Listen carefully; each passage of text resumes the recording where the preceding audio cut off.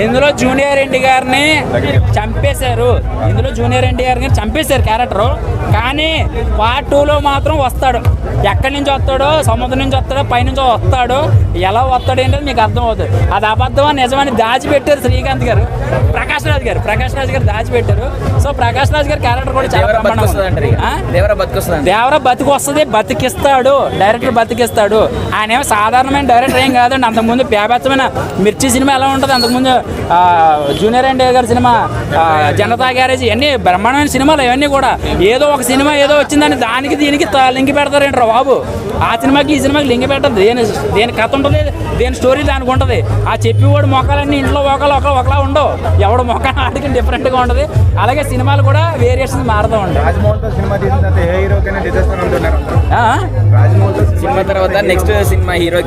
రాజమౌళి గారిని మించినోడు లేడు అంటే ఓకే, ఒప్పుకుంటాం. ఎందుకంటే pan India movie, the best director, అందరికీ ఆదర్శపాయంగా ఒక ఇలా ఉండాలిరా డైరెక్టర్ అంటే ఇలా చేయాలరా అని ఉంటుంది ప్రతి ఒక్కరికి.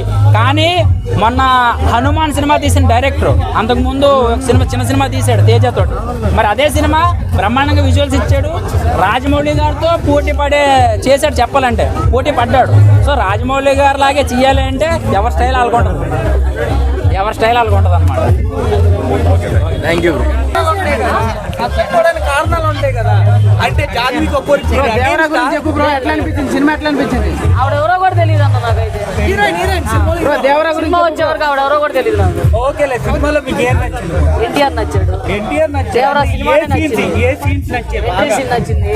ఎంట్రీ సీన్ లాగ్ అంటున్నారు. ఎవరన్నారు? అదే స్టార్టింగ్ లో అంత ఎక్స్పెక్టేషన్ తగ్గట్లేదు అంటున్నారు. జస్ట్ సముద్రం నుంచి బయటకు వచ్చాడు అంతే, ఎక్స్పెక్ట్ చేసేంత లేదు.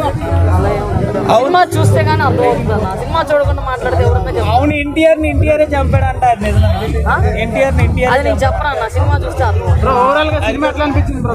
చాలా బాగుంది. NTR comeback after 6 years. అంటే చాలా మంది ఆచార్యతో కూడా కంపేర్ చేస్తారు, వాళ్ళకి ఏం చెప్తారు? లేదు ఆచార్యతో పోల్చుకుంటే అసలు 1000 రెట్లు బెటర్ అసలు. అంతేనా? అంతే. కొరటాల న్యాయం చేశాడు. అసలు ఒక కొత్త కొరటాల శివ గారిని చూసినట్టు. సినిమాలో మెసేజ్ ఏముంది? అవన్నీ నేనే చెప్తే ఇంకెందుకు మీకు ఏదో మెసేజ్ కనపడి ఉంటుంది కదా. ఫియర్ ఉండాలా? భయపడాలా? ఫియర్ చూపిస్తాడు. ఫియర్ చూపిస్తాడు. చూపించాడా లేకపోతే ఎన్టీఆర్ చూపించాడు, మేము చూసాము. అంటుంది బీజిఎం పెద్దగా ఏం లేదు అంటారు. రొటీన్ బీజిఎం ఏం లేదు. అంటే దళపతికి అక్కడ రజనీకాంత్కి ఇచ్చే అంత మ్యూజిక్ అయితే ఏం లేదు. అది ఎంతవరకు కరెక్ట్? అది అలా ఏం లేదన్న, క్యారెక్టరైజేషన్ తగ్గట్టు కొడతారన్న ఏదైనా సరే.